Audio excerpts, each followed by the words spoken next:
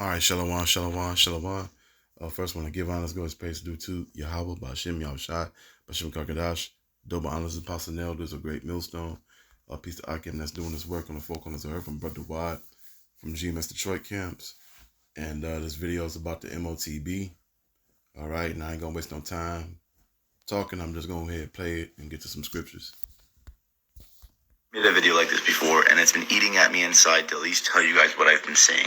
I feel like last night God gave me a dream about the mark of the beast, and it was kind of a doozy. It was kind of scary. But I will tell you as best as I remember, because it gets a little intense, but bear with me. So I was in a classroom, I was in a school setting or something like that, and I remember the teachers came to us saying that we had to get this quick little surgical system inserted because it was the only way to stay a part of society, because if you don't, it's basically like an automatic way of declaring yourself as an full-out criminal, like you're the worst of the worst and they gotta get you. And automatically I knew what it was and I knew not to get it, and I was telling certain kids like, yo, don't get it, like if whoever I could talk to quietly and just be like, don't do it. And so we all had to walk from our classroom to the place to go get it done. As we were walking to that room, me and a few other kids just like took off in a certain direction and tried to start like hiding, like just we needed to hide. We knew we needed to hide. All the kids who went into that room I never saw again. Anyways, me and the kids who decided to run away were hiding in like the darkest corners and attics and crawl spaces of the building, of the facility, to, not get caught, not get found, because if they found us, we knew it would be bad. Anyways, a little bit of a fast forward. I'm sitting in a room and I see an officer walk in with his daughter. And this does get a little graphic. I'm sorry if it freaks anybody out. But they were both talking to each other, and I could tell he's like trying to calm her down or something. And in comes a few more officers, and they ask him, like, why didn't you do it? Like, why didn't you take the system? And before he even really could respond, they pew-pewed both of them in the heads. Bam, done. And me and like one or two other kids are sitting in these like rafters, like dark corner of the roof, watching this happen and realizing that if they catch us, that we are gone. We are Dunyan rings. There's nothing to do about it. And it started getting really intense from here because it's a life or death situation at this point. So for hours, we are sitting in these corners of the rooms trying to hide and pretend like we're not there and, sneak around. And, whenever a new person walks in the room and starts to search our area, we had to kind of keep going and hiding. Basically a big game of cat and mouse. Fast forward a few more hours, it's already nighttime. There's no one in the facility other than officers looking for me and the other kids. And we all knew that if they catch us, we're done. We knew we needed to escape the facility, but there was not much we could do to get there, especially while there's people walking around. There's a few moments where I almost got caught along with a few other people.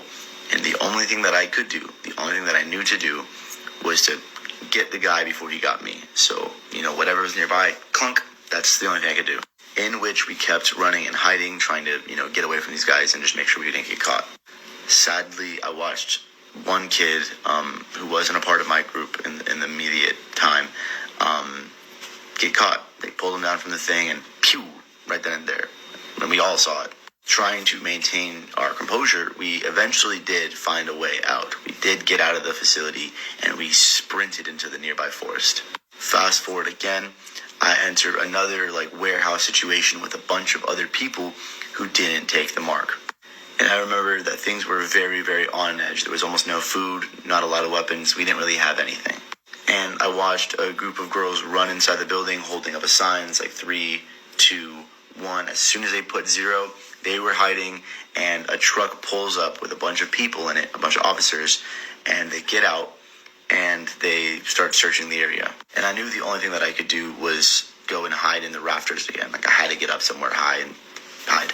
And it was so scary because I was trying really hard not to knock anything over. In the area that I was in, there's a bunch of tools and stuff in this warehouse, and one little nut or screw falling off where I was would tell them, hey, come get me. It was pretty terrifying. And so anyways, I was up in the rafter. I got my way up there, and I watched these guys start to really search every single corner of this building, and it felt in my gut that it was only a matter of time before they find me. So I had to just keep hiding. I had to keep finding a way out. And then I woke up, and Man, it felt really real. It felt extremely realistic, and there were some other details I won't go into because they were just a little bit more graphic, but it was real. It was there. I was there. And part of me just knows that when this mark actually comes, when the mark of the beast actually comes, this is how it's going to be. It's going to be at a point where if you take it, you're part of society, but you deny God. And if you don't take it, you will be.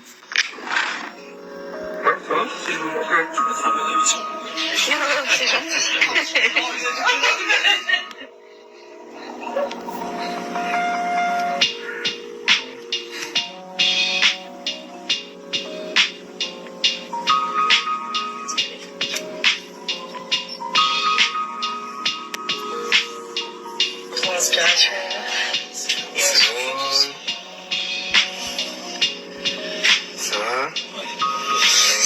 Je sentais que la crème a fait un peu effet quand même. C'est fini? Non. Ok. Ça va être rapide, hein. Là, il y a sa place, il y a juste à le mettre, à pousser.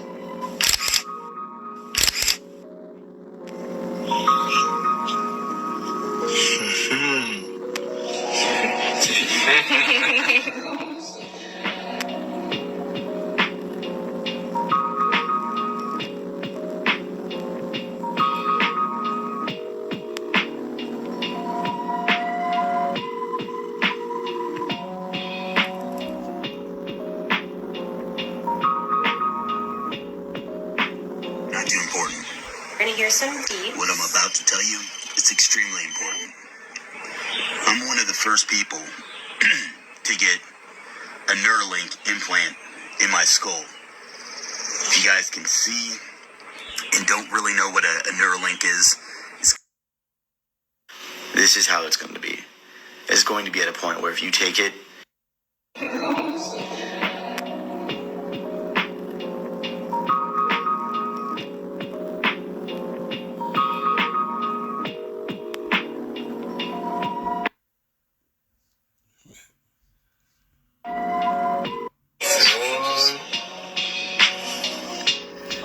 Ça va? Je sentais que la crème a fait.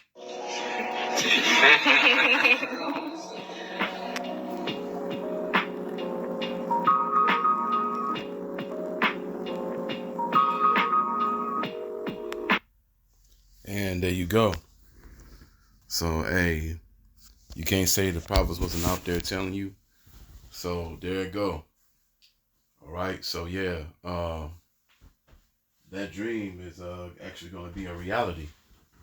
All right. And hey, that's what's going to be. But let me get to some scriptures right quick.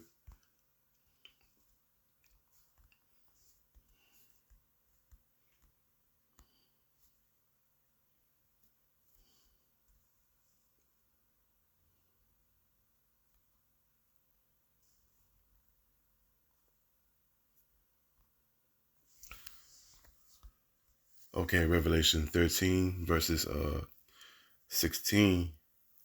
And he chose all, both small and great, rich and poor, to receive the mark in thy right hand or in thy foreheads. All right.